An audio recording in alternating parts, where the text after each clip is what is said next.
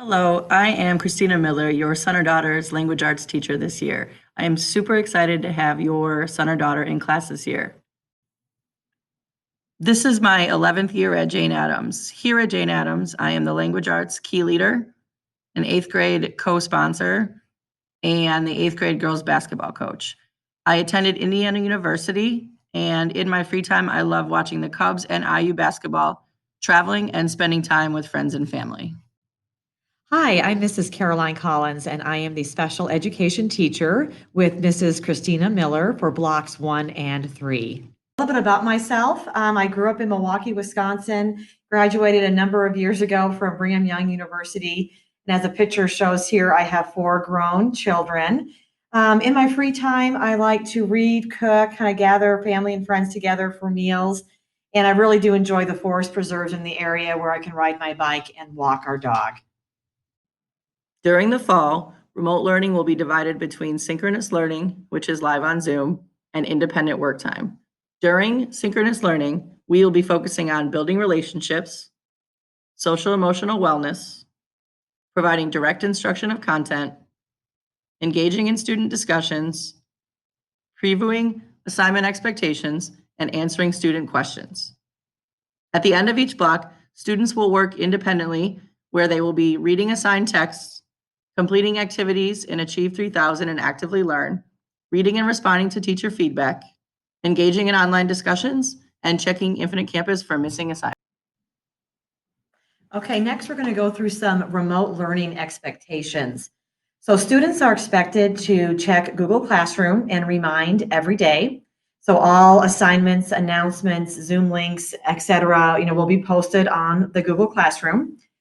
Students are required to attend and participate every day. They should also follow the district policies regarding the Zoom etiquette. We will be using Achieve 3000, Actively Learn, and Google Classroom to complete their work every day. And of course, students should be on time to Zoom meetings, and that attendance will be taken each day. And of course, treat classmates and teachers with respect. Here are some tips for using Zoom.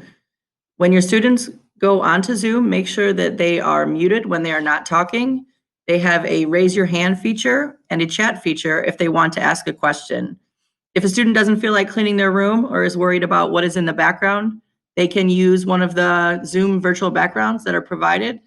That way you can use the video without anyone seeing your work environment.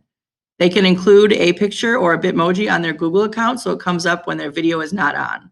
Some activities will require you to use your video, some will not. Make sure to have video on if video is required for that activity. Some remote learning tips for you to review with your student. Really important to maintain a positive attitude and to treat each day like a regular school day. Another really important part is finding a quiet space that is dedicated to remote learning. So maybe it's their bedroom or a space that is like their classroom that they go to every day. It's also very important for students to be an active participant during Zoom meetings, to use headphones to block out any distractions. And if they need help, be sure that they can ask the teacher or a counselor for help. Also very important is to review with your student to come up with some type of organizational system that works for them. An example could be using Google Calendar, a daily planner, or Google Docs, to keep them organized. And if there are any Chromebook issues, you can visit this technology page website or email studenthelp@vbsd.org. Every day or once a week is Achieve 3000. Achieve 3000 is a informational text program that customizes lessons based on your child's reading level or Lexile level. The lesson comes with a variety of activities to improve your child's comprehension, vocabulary, and writing skills. As your child's reading level improves, Achieve will increase the level of difficulty so he or she remains challenged and interested. The beginning 8th grade Lexile level in August is a 985, and by the end of the school year, a student should be at a 1295. Okay, so next is Actively Learn. This is an online learning platform that will be used almost daily for ELA remote learning. It has a wealth of short stories, informational text articles, and novels that include multiple choice, open-ended, and discussion questions.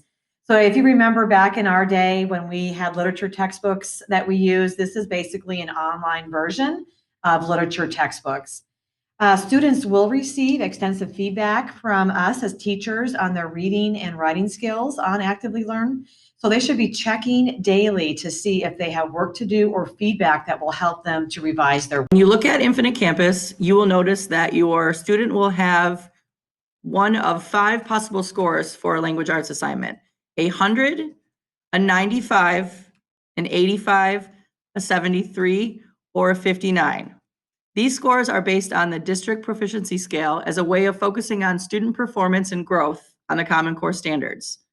Just as IAR is scored using 5 different levels, all classroom formatives and summatives are graded the same way. Looking in the gradebook, if your student gets 100% or a 95%, that means that they have exceeded expectations beyond grade level on that assignment. An 85% indicates they are proficient on that assignment. A 73% indicates that they are approaching grade level on that assignment. And a 59 indicates that they showed little or no mastery of the skill and they would require additional support.